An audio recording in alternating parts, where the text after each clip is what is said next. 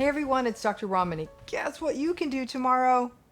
You can come to this workshop on gaslighting. Like, what better way to spend a Saturday? Because if all you need to do is put in these 3 hours on a Saturday, tomorrow, Saturday, April 24th at 11 a.m. Pacific, you can learn to sort of be the person who learns how to turn off the gaslight.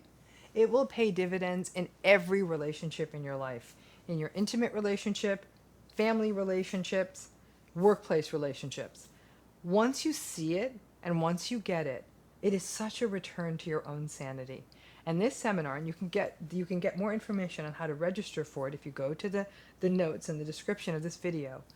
You will really see, like, oh my goodness, this has been happening all around me. This was happening at work last week.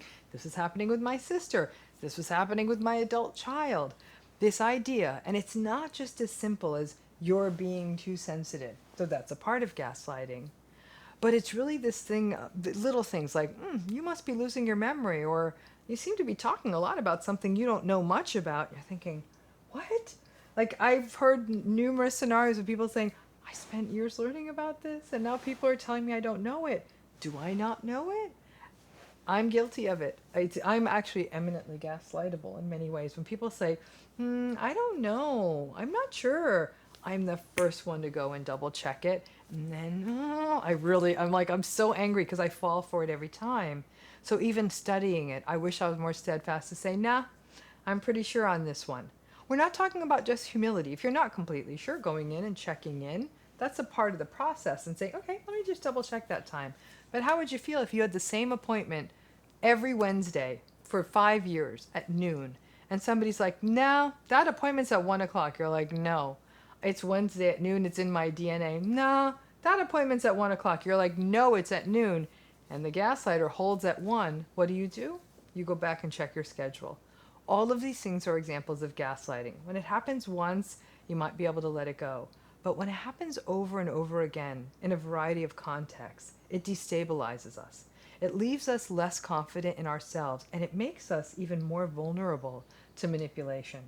So we'll talk about that. We'll even talk about how we're sometimes all guilty of making that mistake, of sometimes doubting people instead of saying, you know what, I have this time. Can we just double check to make sure, instead of saying, nope, it's definitely this. And a lot of this has to do with family of origin issues. And again, we'll break that down. But my goal at the end of the seminar is not only make you more gaslight resistant, but to break any of you out of these patterns if you're doing it to other people. Like I said, many of us are guilty of it and are not even aware we're doing it. In our modern day, it's even the little thing like you're on a Zoom call and people say, you must not have your audio on. Meanwhile, your audio's on, but theirs isn't. And they're quick to point the finger at you. It's a little bit of a gaslight.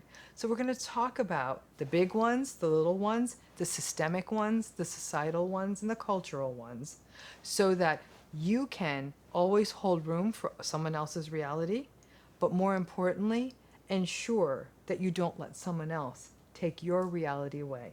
This is the word of our time. Everybody's using it, just like narcissism.